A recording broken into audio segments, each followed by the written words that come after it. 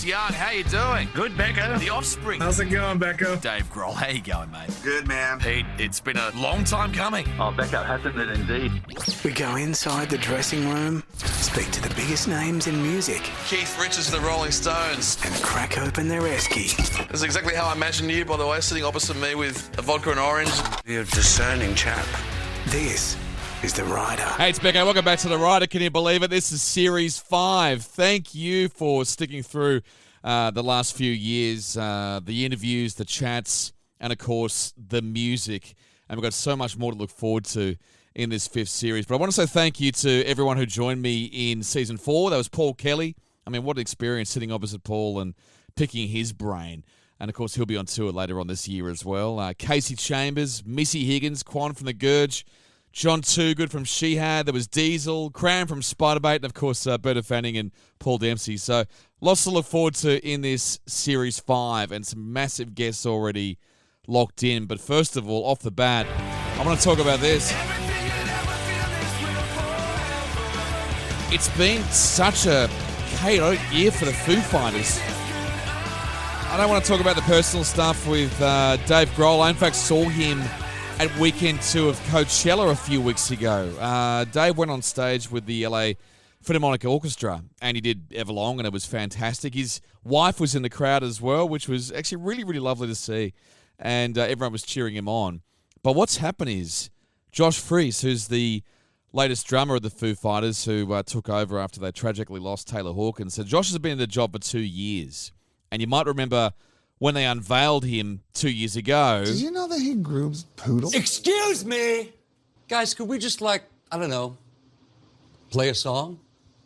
Or two? Yeah, man. Sure, Josh. Yeah. After seeing the Fooies a couple of times since then, it's a very different Foo Fighters with a different drummer, and I think we all really appreciate Taylor Hawkins and his drumming style. He obviously is talented because he's drummed for, Perfect Circle and Nine Inch Nails and the Vandals, Weezer, and even Sting. So he's a bloody good drummer. But earlier on this week, he put out a statement on his socials saying the Foo Fighters called him on Monday night to say that they're going to go in a different direction with their drummer. No reason given. And everyone's obviously speculating on what's next. Some people are saying maybe Taylor's son might take over. I mean, it's pretty tough to be the drummer of the Foo Fighters, working with the greatest drummer of all time, in my opinion. So Josh Freese has left the Foo Fighters after 2 years. Some new music from the Living End. You might have seen them do a couple of shows in Sydney and Melbourne in the last week or so. This is Alfie. It's bloody good. In fact, Chris Cheney has put out a statement saying that this is the simplest song they've put out since their debut album all those years ago. Also,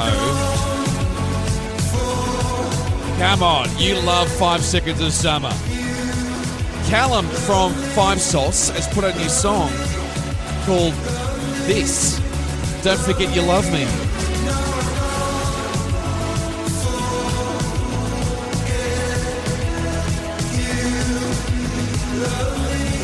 And it is one of the biggest surprises of the year so far. I had listened to that over and over and over again, and he's going to be coming up soon on The Rider, so we'll catch up with him in the coming weeks. And also, what a year it's been for Royal Otis. This is their latest song, Moody. I'm sure many guys would hear this song and relate to the lyrics of Royal Otis. They actually played the Troubadour just a couple of weeks ago now in LA, which is just a really iconic venue. And I think any Aussie would be quite proud to play the Troubadour, and they're going to continue their US tour. It's going to be a massive year for Royal Otis, so congratulations to them. This is The Rider. But right now on The Rider, time to meet our first guest of Series 5. It's been so many years since Cat Empire came onto the scene. You might have seen them in the small jazz rooms in Melbourne, and I would have loved to have gone back and seen them right at the very beginning. 1999, they got together and started doing what they did. Now, all these years later, they put out their 10th album, although it's their first album with the brand new lineup.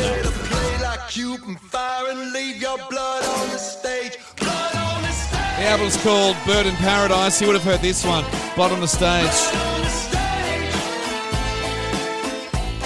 And also the title track of the album. But you got me deep down in my soul. I don't mind what you do with your sweet time. I just want all your loving when you're home. That is Bird in Paradise, the title track from the album. They've been doing plenty of touring already on this, a couple of gigs here and there, and of course the new album is out now through BMG, the Cat Empire's 10th album, Bird in Paradise, and I've got the amazing Felix. There he is. He's just popped up on the screen in front of me. Felix, how are you? Good to see you, Becko. Good to hear. Can you believe it's been the 10th album? I mean, I can't believe it. I did the maths in my head and went, it's the 10th album?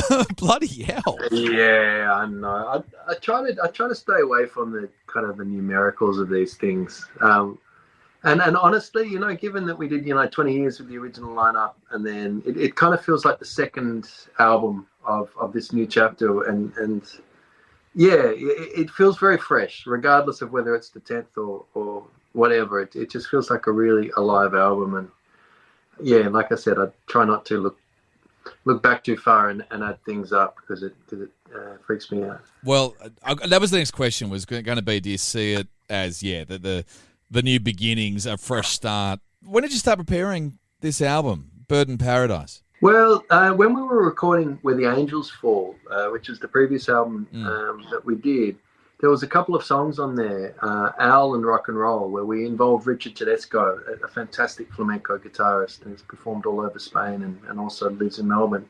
And it had a sort of a quality that I really, really liked and that we were all excited by. And we kind of got the idea to say, okay, well, let's explore the idea of doing a whole collection of songs all in that world. And so that was, I guess, the beginning of that idea. And as opposed to other albums where we really built up songs in the studio in a production sense, we wanted to create an album that lived all in the same room and all in the same sort of sonic space, instrument choice being consistent from one to the next. And and to go for a real, kind of flamenco, Afro-Cuban, Australian rock, whatever it is, kind of hybrid sound. But the audience, as opposed to being in a different world for each song, would be in the same room, in the same live space for the whole album. And so we really rehearsed this one up, and it felt like a really natural, very musical follow-up to the fairly produced former album that we'd released in Where the Angels Fall. So it is recorded mostly as live. You give it a go, because your jazz roots, I guess that's how you would have started. No, totally, yeah, and in many ways, this is a kind of a harking back to those, to that approach in a way. I mean, we've been a live band from the outset, but I think this is probably our most musically sophisticated in terms of arrangements, in terms of like whole performances of songs and things like that, like live solos, live vocals. I really felt like we kind of played into our strengths where we're at now musically with this one, and really leaned into what everyone was good at. And it is in many ways probably the most jazzy album that we've released, insofar as that, there was probably 10 musicians performing at the same time with arrangements that we'd learned from most of these songs. And so once we'd done a take that we liked of that song, with all the hits, with all the, the challenges that were in there musically, you had like 3/4 of the song already done in the studio, and didn't have to mix that much really. It was that sound, and that's a really thrilling space to be in for this one, and it feels very alive, and it feels very in tune with where we're at musically at this time. And and a really nice counterpoint to Where the Angels Fall, which was kind of a very layered and overly produced album in a good way also, but different to that. It kind of felt like it was all coming together on this one. Like that's how I felt when I listened to it for the first time. It's not easy to be recording live, because especially when you've got so many cooks in a band your size as well. Absolutely. It felt like a very free-flowing album. That's one way to put it. Like really, there weren't many questions about what the direction should be or how it should go. Like I think one of the strengths about having had a career as long as ours, and musical relationships that are as established and ingrained as they are, in this group now, it's like you trust people to do what they do really well. You know, like Richard, for example, the flamenco guitarist, comes up with parts very, very intuitively, and he and Ollie work together incredibly well. So like those, you know, a lot of those hits and things like that were just written between the two of them in a very natural way. Ross Irwin, who's our musical director, is a fantastic arranger, you know. So like we trust him to do the arrangements for that. So the strings and the horns. I mean, he worked with Laz on the horns, but those things, it's like that's his space. He does that really well. We sort of trust him to do that. You know, like I think the band trusts me to bring in songs that are going to be able to be inhabited by all of them and all of them, you know, the musical qualities that each individual brings into it. So there wasn't any moments where we were sort of disagreeing or umming and ahhing. Like we rehearsed this album, the songs were more or less, you know, give or take a couple that we wrote very late at night as the album was sort of coming together.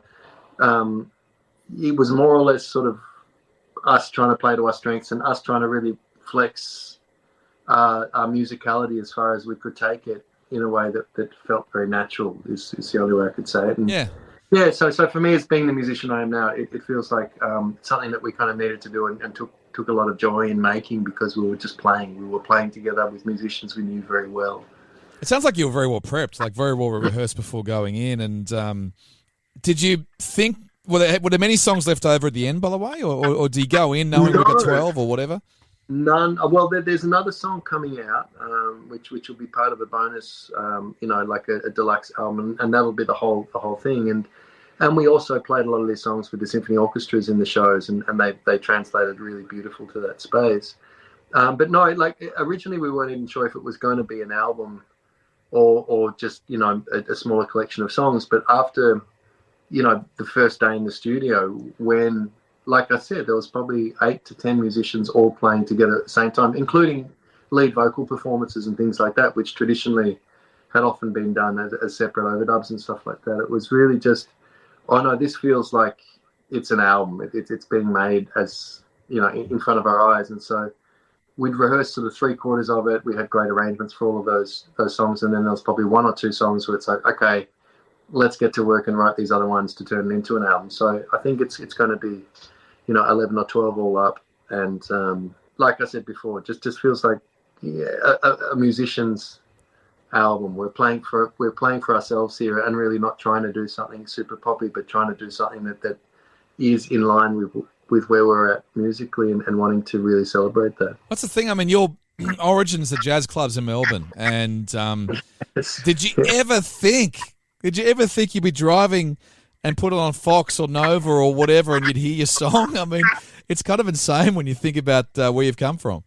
No, absolutely. I mean, I remember in the early days, you know, like that was it. I mean, like we've never had any other jobs aside from being musicians, and we were raised in like the genuine jazz Melbourne melting pot. I mean, and not just jazz, but I mean just the live music scene of, you know, the Melbourne we grew up in had incredible musicians, and we'd be knocking on the windows, sitting in with them, having lock-ins with them, and going and checking out gigs from the age of about 13 or 14, trying to sneak into clubs and just see them. We were raised in a very, very live music, call it jazz, in terms of improvisational, high-quality musicians, like really experimenting and trying different things. And then, I mean, with the first album, we went from being a band that was never booked before about 11 p.m., you know, or midnight kind of thing, and playing those things and getting a following from word of mouth, to all of a sudden being played on, you know, I think we got, you know, 5 or 6 songs in Triple J's Hottest 100 that first album year. And it was just like in my wildest dreams at that point, because, you know, the day I left school, I'd just been, you know, I moved out of home, was just a working musician doing gigs, you know, to pay rent, living above a pub sort of thing. It was kind of unfathomable at that point that we would be on the radio, let alone, you know, playing, you know, rock festivals and all the other sorts of things that we've done. And I guess, you know, that came down to, you know, some really, you know, like, I don't know, inspired, humorous, funny, whatever teenage songs that I'd written that we sort of turned into it. And it was just like, okay, that makes the crowd move in a certain way, and that might translate to something that might be considered more of a pop song at that point. And anyway, there was that point where it, you know, where the Canyon Empire went from being completely underground to being in the mainstream to an extent, or at least in the sort of public sphere. And yeah, I mean, I guess, you know, from that time we've had an incredible sort of 20 plus year career performing in Australia and around the world, and really continuing to be musically curious and explore those things. And I feel like with Bird in Paradise, a long way around, it's like, I feel like we've done the miles now, and I feel like we have the fans and the stories and the next generation of people who are into the band still, where we can say, okay, we don't need to try and produce that 3-minute pop song and do that and like try and, you know, like fit into a category there. Like, why don't we just go back to our roots a little bit and play the sort of music that is true to our upbringing in a way, and the sort of the Melbourne and the Australian scene that we grew up in at that point. And yeah, this album really represents that. It's just us playing for ourselves, but I think the audience is really with us on this one. And yeah, it's exciting to be able to reach that point where you can have that sort of confidence, I guess. Well, I was one of them, because I honestly, when you made the announcement, I think it was in 2021, and that the classic lineup were calling it a day, I just thought, I guess that's it. I wasn't sure what was in your head, what you were planning next. Did you have another incarnation of the Cat Empire at that point, or were you just thinking we're going to take a break and just see what comes back? Let's see what happened. No, there was a really clear moment for me, I've got to say. As a start, I met Ollie when I was 13 years old, you know, and it was like a very amazing day in my life, you know, because I'd been sort of, from the age of about 11, I'd been sort of staying awake at night dreaming about putting bands together. I wanted to do that. I just thought it would be a really great thing to do. And then I met Ollie, and I think from that first weekend when he came over to my place, he was, you know, another school, everything like that. He was playing bass, I was playing drums. We put together iterations of bands and spent just about every weekend and spare hour that we could possibly muster together making music. And I guess when the lockdowns happened and everything like that, there was this moment where I think we'd done incredible things with the original lineup. We'd had adventures all over the world, and we'd done so much together. But it felt like for some people that was really clear for them that was a line in, you know, like a fork in the road or whatever, and that they wanted to go in one direction. But for Ollie and myself, for Ross, for those people who had, you know, for Danny who'd played with us a lot and things like that, there was this innate sense that was like, oh no, we want the Cat Empire to be there on the other side of this. And I feel like it's such a unique band in terms of it can do whatever it wants. It can really express itself musically and go deep into things that challenge us in that way. And it can be more than just, you know, a nostalgic piece of the past. It can be something that can kind of grow. And so with that, I worked a lot with Ross, and it was very clear for us that we really wanted to move ahead and keep the spirit of the band alive and play shows. And I guess, look, I guess that's probably what it was. It's like we don't want to try and emulate what the old band was, because those characters and those musicians are irreplaceable. They have their own thing, and they're incredible. You know, they do what they do well. So if we were just trying to sort of create a copy of that, it would have failed, absolutely. But it was to say, okay, well, let's find the right people who have something new to give, where they can do their thing and you can celebrate that.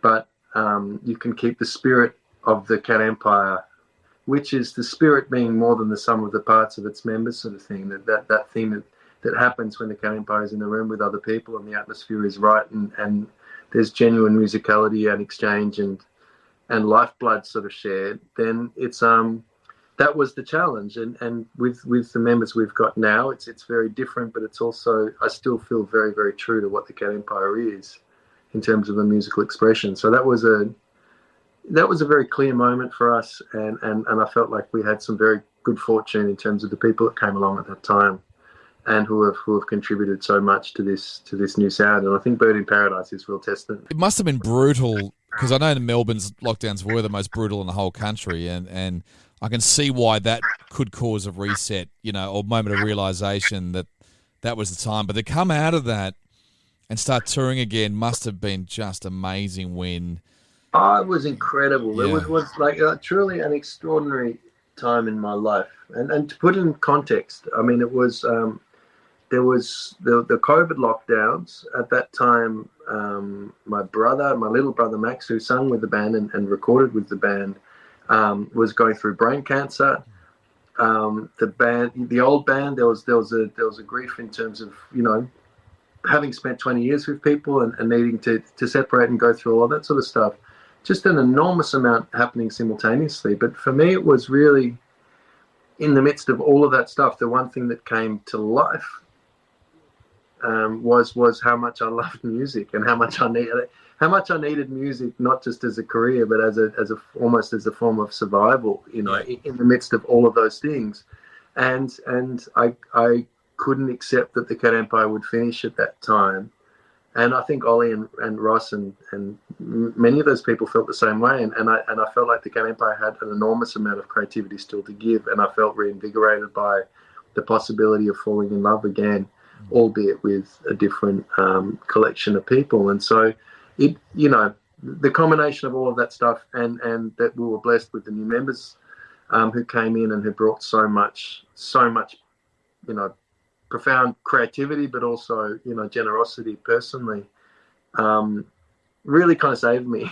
It really sort of like gave me a lifeline. And that first tour in Europe and back in Australia was some of my most incredible musical experiences to date, I think. It sounds like you needed it. I mean, that's the thing. Yeah. It's funny, you know, it's a creative thing, you know, like some people, you know, they say that they create and then they sort of suffer it. But at a certain point, you sort of suffer it, and the only thing that cures that gives you some sort of a cure is the thing that caused the suffering in the first place. I mean, that's the sort of the weird loop that happens, I think, probably with many forms of a creative life. But music is at some points like the air that you breathe. Like you need it to survive, quite literally. You've been through the lineup change. You lost your brother, and I'm so sorry to hear that news as well. And then to get back on the stage after all that, how scary was that? How emotional was that? It was everything. It was scary as hell. It was incredibly emotionally overflowing and exciting. And it was also just confirming, I think, of, you know, at different points in your life, I'm not sure how you feel about this, but for me, I sort of feel like at different points in your life, you might feel like you're in a different stage, but you can look back and you can say there was that young person at some point, you know, that 12-year-old or whatever, who was staying awake at night wanting to put bands together. And just like a little kind of tip of the cap to him to say, like, yeah, I'm here. Like, you know, we're different people, you know, kind of different people, but we're here. And I need this. You knew you needed it, but you didn't know why. You thought you needed it because it was exciting.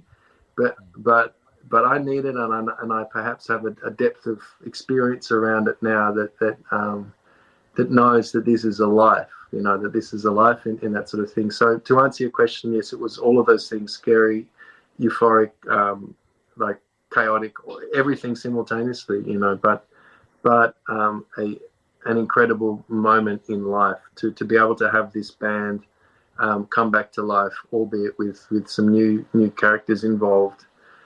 All with the genuine motive to make music and to really focus on what pure music making is, leaving the industry and all of the other things aside, just what it is to make sound in the air with people who can play and who have dedicated their life to that, and to have some fun with it, you know. Like it was incredible. Yeah. Isn't it great to have that hunger again? Because like you were saying, I have moments where I just think about when I was 17 and trying to get a job in radio and all that kind of stuff. And it's the same as when you're 12 and dreaming about putting a band together. And when you get older, it's easy to lose that fire. But it sounds like you got it back, though. No, I got it back in a big way. And sometimes you're reminded, and sometimes it takes real hardship to get that reminder, just to be back with the realization of what the essentials are, what the real purpose is to this thing, you know. And I think, you know, when you're younger, you can get distracted by your own ambition or something like that, to say, I want to get to this, I want to play on that stage, I want to, you know, release an album and have people hear it, and all of those sorts of things. And that's very important. But I think music in its essential form gets more and more kind of humbling and exciting the more you play it. The actual act of making music, you realize that there's always more to learn. That the closer you think you are to something, the you know, the more open it is, and that kind of keeps you weirdly, like it ages the hell out of you with all the miles you do and all of the the sweat and the energy that you put into it, but it also keeps you young in a way because it's just a really like kind of vibrant pursuit, to actually come back to the realization of like it's fun to make music, it's fun to like play a chord and hear it open up, or to write a melody and hear it sung back to you, or to like really intuitively listen to someone who's improvising and try and follow them and go somewhere that you weren't expecting. All of those things are thrilling. And I really feel like I'm surrounded by a group of musicians now and the band's in a space now where we're really focusing on those essential things rather than some, objective context of where we are and where we fit in and what that's supposed to mean. We want to keep the audience in the room and we want to give them a real good time. We want to be professional about it. But for ourselves, it's like, yeah, let's make music and have fun and get better and work on it and try and write things that are interesting and try and have the experience of life. I heard Blood on the Stage for the first time, by the way, on Double J, at least, I reckon, over a month ago anyway. And I'd heard this and I went, this song is so good. And it just sums up the party and the vibe that you guys have been pumping out. And the thing is about this album is every track is a bit different. It's very international. And you brought everything to the table, so you must be really proud.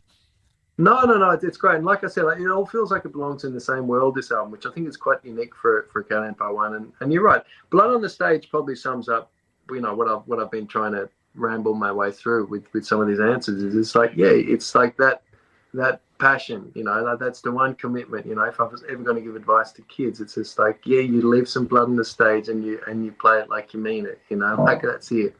No matter what's going on, and that's something that we try to demand of each other and ourselves. Tell you what, did that kid ever think you played Glastonbury? Isn't that insane?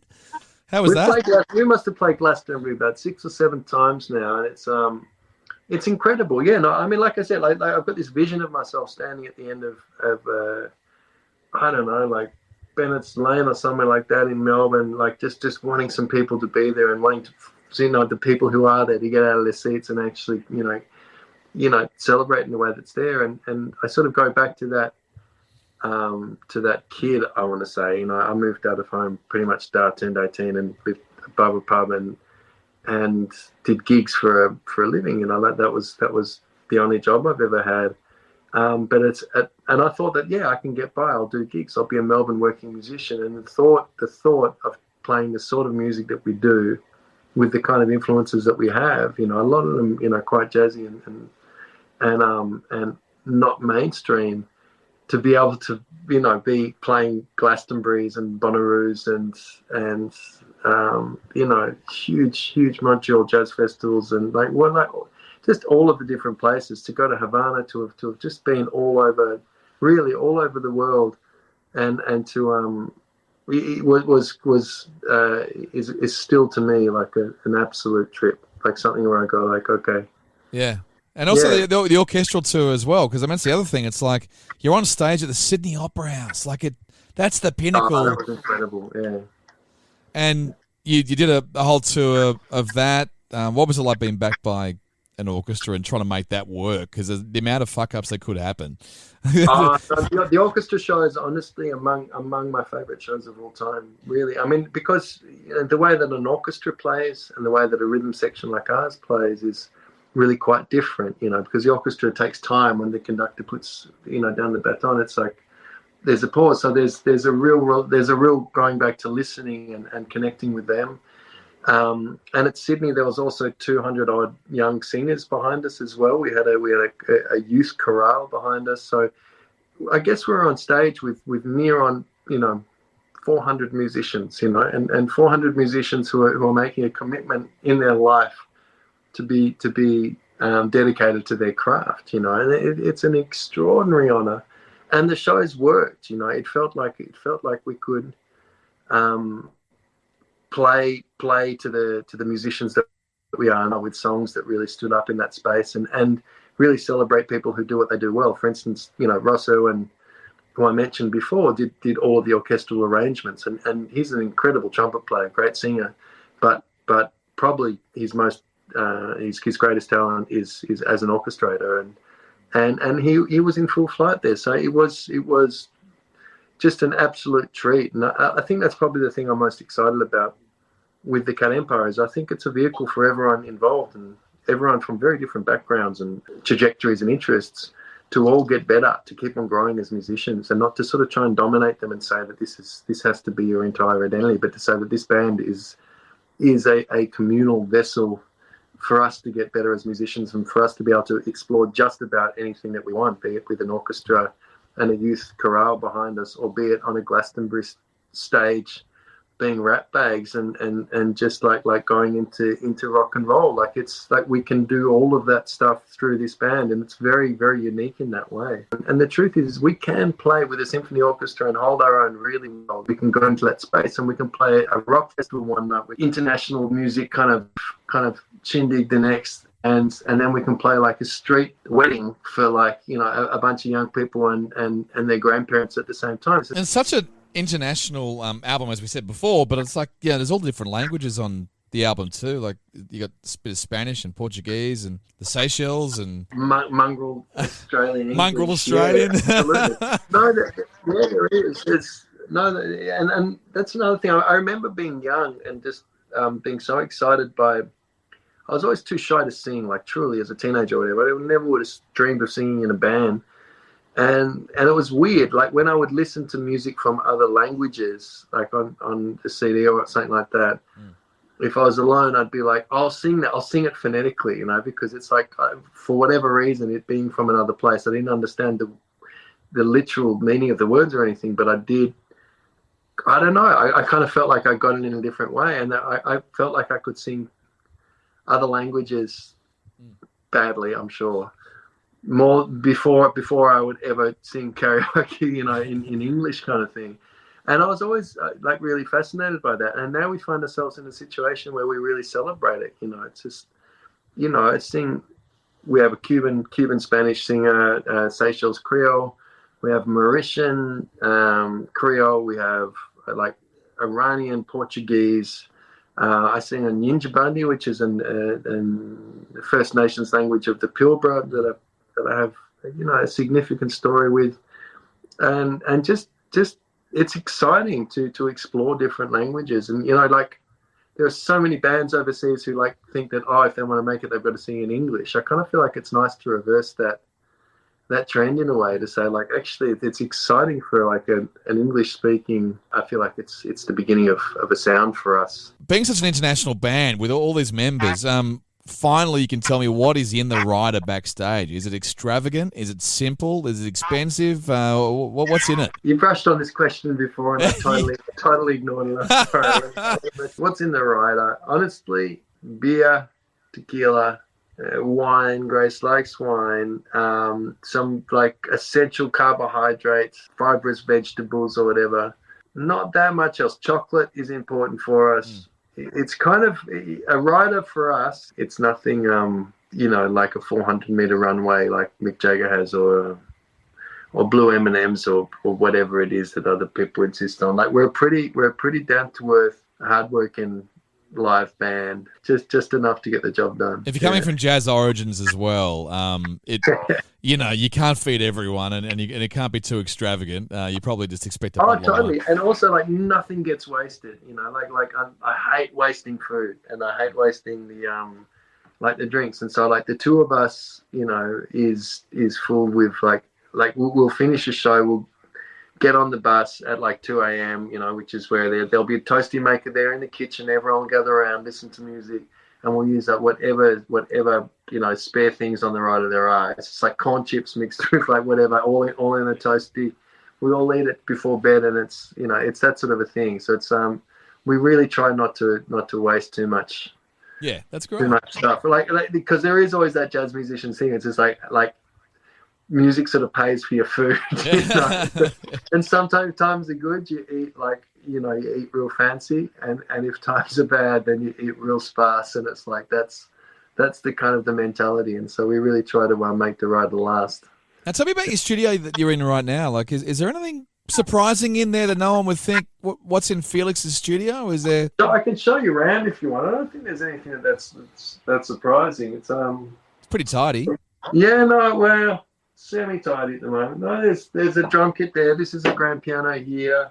I've got a lot of guitars around the wall. It's also sort of semi-storage for I've got 2 young kids, so there's some crap around as well.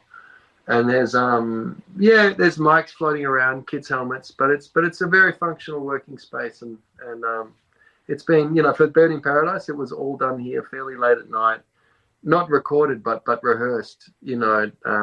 It's a very functional semi-shed, semi-studio. It does the job. The neighbours are okay? The neighbours are great. I play late and loud here all the time, and I haven't had too many complaints. So I've got to say, either we did a good job with the plastering, or they like what we're playing. Well, they're just getting a free preview of the next album. Yeah, exactly. Yeah. Well, Felix, great to chat with you, and I know you got plenty more shows coming up, and you've come off a run of the orchestral shows and the pop-ups as well, which everyone loved. Great to speak to you. We'll see you in person next time. Wonderful. Yeah, it's really nice for the chat, and thanks for making the time. Seriously, what a cool guy. That's Felix from the band The Cat Empire. Bird in Paradise is out now, and a bunch of tour dates to come as well. Still plenty more to come in this season 5 of The Rider. I mentioned earlier Callum from Five Socks, a new album out to come this year. We'll talk to him in the next few weeks. But next week, one of Perth's great bands, Little Birdies, celebrate 21 years since their debut album, and they're about to go on the road. Next week, we catch up with Katie Steele, and we'll catch you then. This is The Rider with Becko.